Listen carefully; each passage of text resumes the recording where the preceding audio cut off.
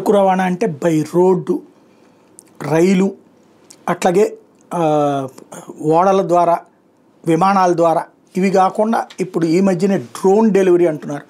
ఇప్పుడు రవాణా బెలూన్లు రాబోతున్నాయట. సరుకుల రవాణా అంటే మనకు లారీలు, రైళ్లు, విమానాలు, నౌకలు గుర్తొస్తాయి. వీటి ఇప్పుడు బెలూన్లు కూడా తోడవబోతున్నాయి. ఎయిర్ బస్ విమానానికి 3 ఇంతలు ఉండే బెలూన్ల త్వరలోనే ఆకాశంలో ఎగురుతూ కనిపించబోతున్నాయి. గ్రీన్ హైడ్రోజన్తో నడిచే ఈ బెలూన్లు 2029 కల్లా కార్గో సేవలు అందించేందుకు సిద్ధమవుతున్నాయట. విజయవాడకి చెందిన deep tech startup company red balloon aerospace private limited సంస్థ హెలిక్స్ పేరుతో కార్గో బెలూన్లు రూపొందిస్తుంది.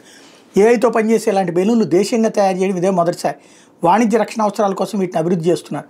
బుధవారం మంగళగిరిలోని రతన్ టాటా ఇన్నోవేషన్ హబ్ ప్రారంభోత్సవం సందర్భంగా ఏర్పాటు చేసిన స్టార్టప్ స్టాల్స్లో రెడ్ బెలూన్ నమూనాను ప్రదర్శించారు. స్టాల్లో విమానం ఆకారంలో ఉన్న తెల్లటి బెలూన్ని అందరూ ఆసక్తిగా చూశారు.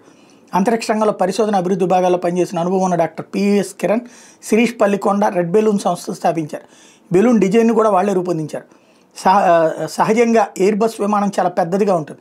దానికి 3 ఇంతల సైజులో కార్గో బెలూన్ ఉంటుంది. అతి తక్కువ గ్రౌండ్ ఇన్ఫ్రాస్ట్రక్చర్తో కార్గో బెలూన్లు నిర్వహించవచ్చు.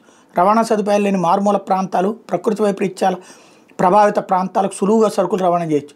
సంస్థ ప్రతినిధులు కిరణ్, శిరీష్ పలు ఆసక్తికర అంశాలు ఆంధ్రజ్యోతికి వివరించారట. ఈ బెలూన్లని రిమోట్ సాయంతో 20 నుంచి 100 కిలోమీటర్ల పరిధిలో వస్తువులు చేరవచ్చు. కిలో బరువుకి 80 నుంచి 100 దాకా ఏమవుతుందని ప్రాథమికంగా అంచనా వేసినట్టు శిరీష్ వివరించారు. రైలు, రోడ్డు రవాణా కంటే తక్కువ ఏమవుతుందన్నారు. రెడ్ బెలూన్ కార్గో సేవలు రాష్ట్రంలో 2029 నాటికి అందుబాటులో వస్తాయి. అది సక్సెస్ అయిందంటే రాష్ట్రం ఏంటి దేశంలోనే అతిపెద్ద మార్పు అవుతుంది, ప్రపంచంలోనే మార్పు అవుతుంది.